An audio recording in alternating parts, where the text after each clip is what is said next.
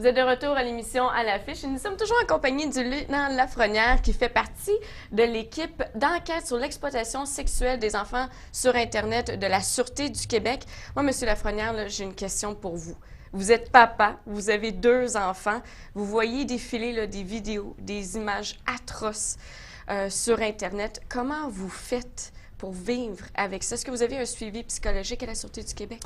Bien, effectivement, nos enquêteurs sont assujettis en fait à un programme spécialisé de soutien psychologique. Ils doivent, d'ailleurs, comme tous les enquêteurs au Québec là, qui font ce travail-là, ils doivent se soumettre à au moins 2 séances devant un psychologue par année.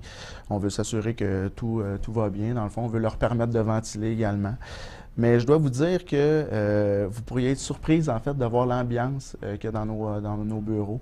Nos gens sont très valorisés dans ce qu'ils font, ils se sentent très, très valorisés. Puis on essaie de tout mettre en place, en fait, pour que les gens s'amusent néanmoins dans leur travail. On a des gens qui sont ici très, très serrés. On a des gens qui sont vraiment unis par leur mission. Ils ont une mission commune de protéger les enfants. Et on revient constamment avec ça. Puis ça fait en sorte que l'esprit d'équipe est très, très fort et très, très important. Au-delà du soutien psychologique, dans le quotidien, les gens doivent trouver le moyen de s'amuser. Puis on tente de mettre la table, évidemment, pour ça. Puis évidemment, ce sont des gens dévoués, des gens extraordinaires. Puis au niveau de la sélection, on tente d'aller vers des gens qui ont un certain équilibre, des gens qui sont très matures, des gens qui vont pas tout mettre leurs œufs dans le même panier, qui vont pas tout focusser sur le travail non plus, parce que là, effectivement, ça pourrait devenir dangereux.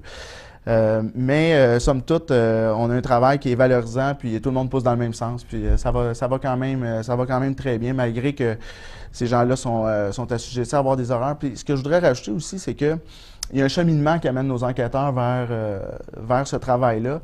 Et comme policiers, comme patrouilleurs, on voit des horreurs, on voit des scènes d'accidents qui peuvent être très difficiles à supporter. On peut avoir annoncé des décès. C'est des choses qui sont très, très difficiles. Donc, cette carapace-là peut se construire au fil des années, puis éventuellement, une personne peut être prête à venir travailler avec nous dans nos locaux et malgré les horreurs, avec le sourire et avec plaisir. Et c'est ça, lorsque vous avez des arrestations, c'est ça qui est vraiment valorisant, parce que vous sentez que vous avez protégé des enfants. Et je pense que vous en avez eu pas mal au cours des dernières années. Oui, effectivement, on est vraiment fiers. Depuis 2012, en fait, il y a bientôt 3 ans, la Sûreté du Québec, avec le gouvernement, a accentué les efforts, a vraiment rajouté des ressources pour lutter sur l'exploitation sexuelle des enfants.